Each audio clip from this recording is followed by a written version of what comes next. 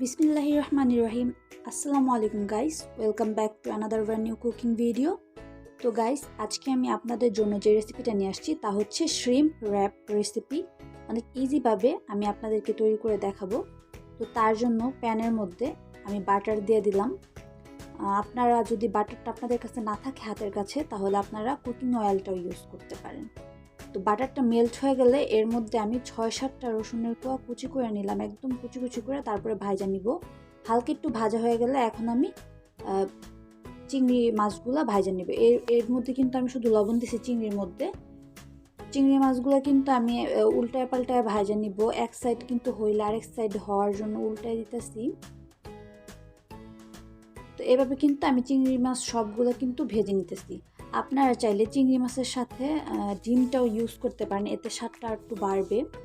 তা আমি আর ডিমটা ইউজ করতেছি না, যেহেতু সিম্পলভাবে আমি তৈরি করে দেখাবো। তো আমি এই জায়গাতে শুধু চিংড়ি মাছটা ইউজ করতেছি। চিংড়ি মাছগুলো ভালো করে ভাজা হয়ে গেলে এখন চিংড়ি মাছগুলো তুলে নিব, আর যে রসুন তেলটা আছে ওইটাও তুলে নিব। তো এখন আমি রুটিগুলো ভেজে নিব। রুটিগুলো আপনারা সাধারণত বাসায় যেভাবে তৈরি করেন ডোটা রুটির, ওইভাবে আমি তৈরি করছি। একটু তেল, স্বাদ মতো লবণ দিয়ে ডোটা তৈরি করে তারপর রুটিগুলো বেলে নিচ্ছি। তা এখন ও তেলটা যে উঠায় রাখছিলাম, রসুনের তেলটা, ওইটা আমি দিয়ে রুটিটা ভেজে নেব। তো এরকম করে কিন্তু আমি সবগুলা রুটি ভেজে নিতেছি। তো আমার কিন্তু রুটিগুলা ভাজা হয়ে গেছে। তো এখন আমি কতগুলা সবজি আর চিংড়ি মাছগুলো একটু কাইটা নিব। তো আমি যেখানে সিম্পল কতগুলো সবজি নিছি কাঁচামরিচ, টমেটো আর পেঁয়াজ। তো এখন চিংড়ি মাছগুলো একদম ছোট ছোট করে কাট করে নিতেছে। আপনারা চাইলে আরও ছোট ছোট করে নিতে পারেন, যাতে প্রতি ভাইতে আপনাদের মুখে লাগতে পারে। তো আমি এরকম কাট করে নিলাম। তো চিংড়ি মাছগুলো কাট করা হয়ে গেলে আমি এই জায়গাতে মরিচ নিয়ে নিলাম। আমি জায়গাতে লাল আর সবুজ মরিচগুলো নিয়ে নিচ্ছি, মরিচের বীজগুলো কিন্তু ফালাই নিচ্ছি। তো এখন এগুলোও একদম ছোট ছোট করে কাট করে নিতেছি। আপনারা চাইলে এই জায়গাতে ক্যাপসিকামটা ইউজ করতে পারেন। তো আমি যেহেতু ঘরে থাকা উপকরণ দিয়ে করতেছি, সেই কারণে আমি এই জায়গাতে একটু জালটা দিলাম।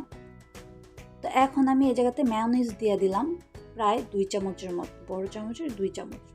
আর দিয়ে দিলাম ভেজে রাখা যে তেলটুকু আছে আর রসুন, ওইটা দিয়ে দিব, এতে ফ্লেভারটা ভালো আসবে। তো রসুনগুলো দেওয়া হয়ে গেলে আমি এবার দিয়ে দিব টমেটো কেচাপ। তো আপনারা যে কোনো ব্র্যান্ডের টমেটো কেচাপ দিতে পারেন। আমি এই জায়গাতে 2 টেবিল চামচ, ছোটো চামচের 2 টেবিল চামচ হবে, আর বড় চামচের 1 টেবিল চামচ কেচাপ দিয়ে নিচ্ছি। আপনারা চাইলে এই জায়গাতে চিলি সসটাও ইউজ করতে পারেন। তো এখন একে একে আমি সব ইনগ্রিডিয়েন্টসগুলো মিক্স করব। এই জায়গাতে আমি চিংড়ি মাছগুলো দিয়ে দিলাম, পেঁয়াজ কুচি করে রাখছি ওগুলো দিয়ে দিলাম, টমেটো কুচি করে রাখলাম, আর যে মরিচগুলো কুচি করে রাখছি ওইটা পরিমাণ মতো দিয়ে দিলাম, ঝাল বুঝে আপনারা দিবেন। তো এখন ভালো করে সবগুলো উপকরণ মিক্স করে নেব। আর টমেটোটা যখন কাটবেন তখন ভিতর থেকে যেই টমেটোর বীজগুলো আছে ওইগুলো আলাদা করে নিতে হবে, নয়তো টমেটোর যে পানিটা আছে ওইটা অ্যাড হয়ে যাবে, তখন আর ভালো লাগবে না। তো এখন আমি র্যাপগুলো তৈরি করে নিব। আপনারা আপনাদের পছন্দ অনুযায়ী র্যাপগুলো তৈরি করে নিতে পারেন। আমি এই জায়গাতে দুইভাবে আপনাদেরকে দেখায় নিলাম র্যাপ কীভাবে তৈরি করতে হয়। আপনারা চাইলে যে কোনো একভাবে তৈরি করে নিতে পারেন। তো ওইটা একভাবে র্যাপ করলাম। আরেকটা সহজ উপায় আছে, শুধু রোল করে নিলেই হবে। তো ইজিভাবে কিন্তু র্যাপগুলা তৈরি করে নিলাম শ্রিম্পের। তো আমি অনেক ইজিভাবে আপনাদেরকে দেখানোর চেষ্টা করছি যে বাসায় আপনারা রেস্টুরেন্টের স্বাদ পেতে পারেন, আপনাদের কষ্ট করে রেস্টুরেন্টে গিয়ে এটা খেতে হবে না। তো আমার এই শ্রিম্প র্যাপের রেসিপিটা যদি ভালো লেগে থাকে তাহলে অবশ্যই আমার চ্যানেলকে সাবস্ক্রাইব করুন এবং আমার ভিডিওগুলোকে লাইক, কমেন্ট, শেয়ার করুন। তো সবাই ভালো থাকুন, সুস্থ থাকুন।